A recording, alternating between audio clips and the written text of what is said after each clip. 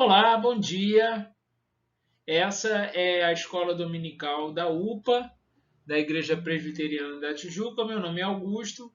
Hoje é dia 31 de outubro, é o 31º domingo do tempo comum e a primeira aula, como eu alertei a vocês na aula passada, a primeira aula sobre a epístola de Tessalonicenses, a primeira epístola de Tessalonicenses. Nós vamos aproveitar essas 4 próximas semanas antes do início do Advento, ou seja, do início das comemorações do Natal,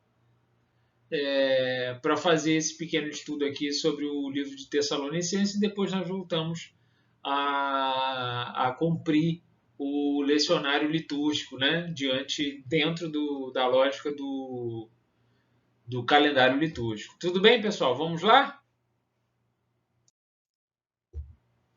Bom, a Epístola de Tessalonicenses talvez seja a primeira carta do apóstolo Paulo. Foi escrita entre o ano de 50 ou de 52. Essa carta foi escrita durante a segunda viagem missionária. A igreja de Tessalônica foi plantada na rápida passagem de Paulo pela cidade de Tessalônica na primeira viagem missionária.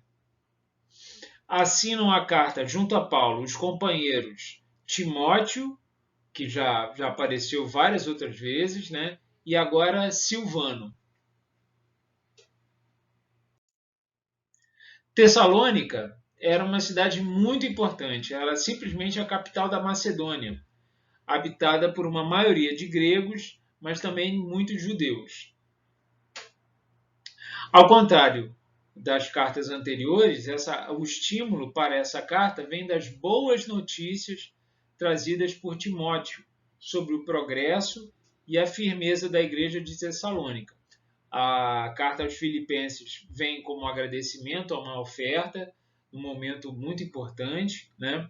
A carta aos Colossenses vem de problemas enfrentados em Colossos, né? com pessoas querendo infiltrar concepções não cristãs, né? E a Tessalonicenses vem das boas notícias trazidas por Timóteo para o apóstolo Paulo. Quais são os assuntos principais que nós vamos abordar? A vida agradável a Deus, que tem esses 3 aspectos: santidade, amor e perseverança. Outro tema, esperando o retorno do Senhor, que inclui, né, as promessas e os desafios dessa espera, e crescendo no Senhor, né? Respeito pelos irmãos na fé e respeito pela vontade de Deus. Eu destaquei, como a gente já passou por Filipenses e Colossenses, a gente vai aquilo que é comum às cartas a gente vai passar direto, porque esse é um estudo pequeno, mas eu não quis deixar de ressaltar aqui essa belíssima oração de Paulo aos Tessalonicenses. O nosso mesmo Deus e Pai, Jesus, nosso Senhor, dirijam-nos o caminho até vós, e o Senhor vos faça crescer e aumentar no amor uns para com os outros e para com todos, como também nós para convosco, a fim de que seja o vosso coração confirmado em santidade. Veja só o elo entre o amor ao próximo, o amor a Deus e a santidade, né?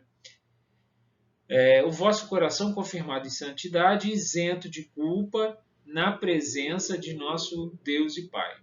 Achei muito bela essa oração, não quis deixar de destacar aqui com vocês. Então agora nós vamos direto para Tessalonicenses 3. Melhor dizendo, Tessalonicenses 4, de 1 a 8, que vai ser o estudo de hoje. Pois esta é a vontade de Deus, a vossa santificação, que vos abstenhais da prostituição, que cada um saiba possuir o próprio corpo em santificação e honra, e não com desejo de lascívia, e que nesta matéria ninguém ofenda nem defraude o seu irmão, porque o Senhor é o vingador, porquanto Deus não nos chamou para a impureza, e sim para a santificação. Vamos estudar um pouquinho esse trecho?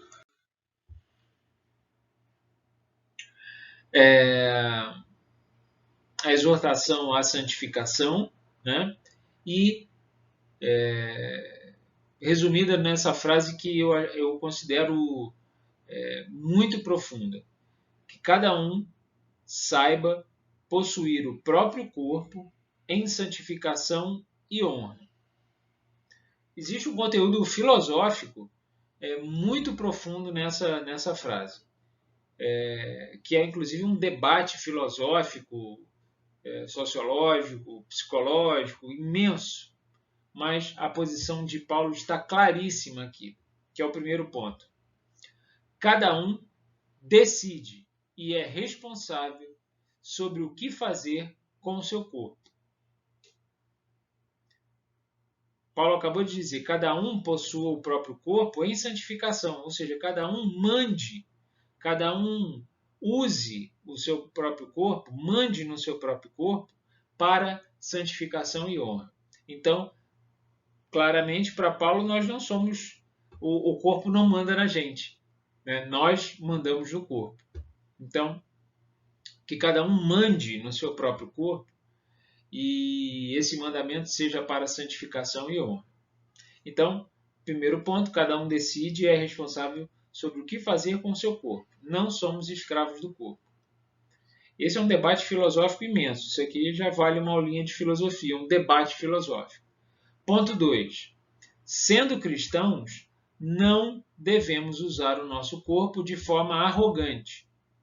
O que isso quer dizer? 1. Meu corpo não está acima dos mandamentos de Deus. Número 2. Meu corpo não tem prioridade sobre o corpo de ninguém. Todo corpo e toda pessoa é uma criatura de Deus. Esses dois pontos são polêmicos e são muito profundos filosoficamente. Cada um decide o que fazer com o seu próprio corpo e não devemos usar o nosso corpo de forma arrogante. Meu corpo não está acima dos mandamentos de Deus, está abaixo dos mandamentos de Deus, e meu corpo não tem prioridade sobre o corpo de ninguém.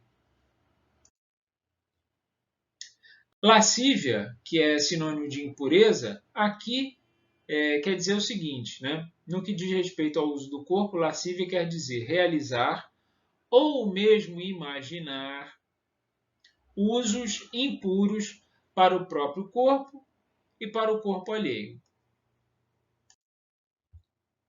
O que é o uso puro do corpo? Que cada um use o corpo mediante os mandamentos de Deus. Que cada um use o corpo sabendo que todo o corpo é criado por Deus e está sob a sua misericórdia. Todos, inclusive o meu e o dos outros, obviamente. Todo o corpo é criado por Deus, é uma criatura de Deus, é um sopro de Deus e está sob a sua misericórdia.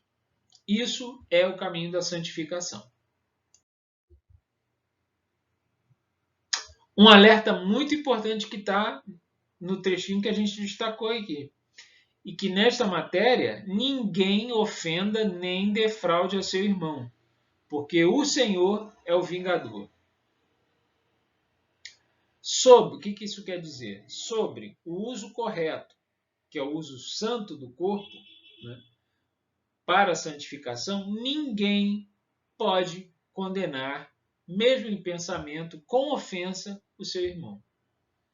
Ninguém pode ofender e defraudar o seu irmão a respeito do uso santo do corpo.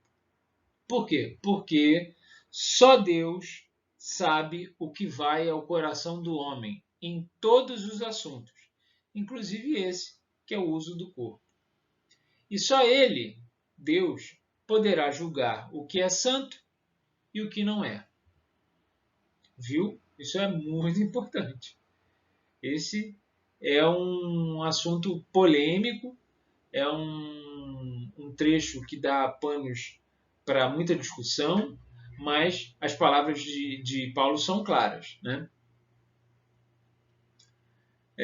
Que cada um use o seu corpo, né? Para a santificação, e que nesta matéria ninguém ofenda o seu irmão, porque o Senhor é o vingador, o Senhor dá o vaticínio, dá o julgamento. Tudo bem, pessoal? Espero que vocês tenham gostado. Vamos ao nosso culto que começa daqui a pouco. Fiquem com Deus e tenham uma ótima semana. Até lá!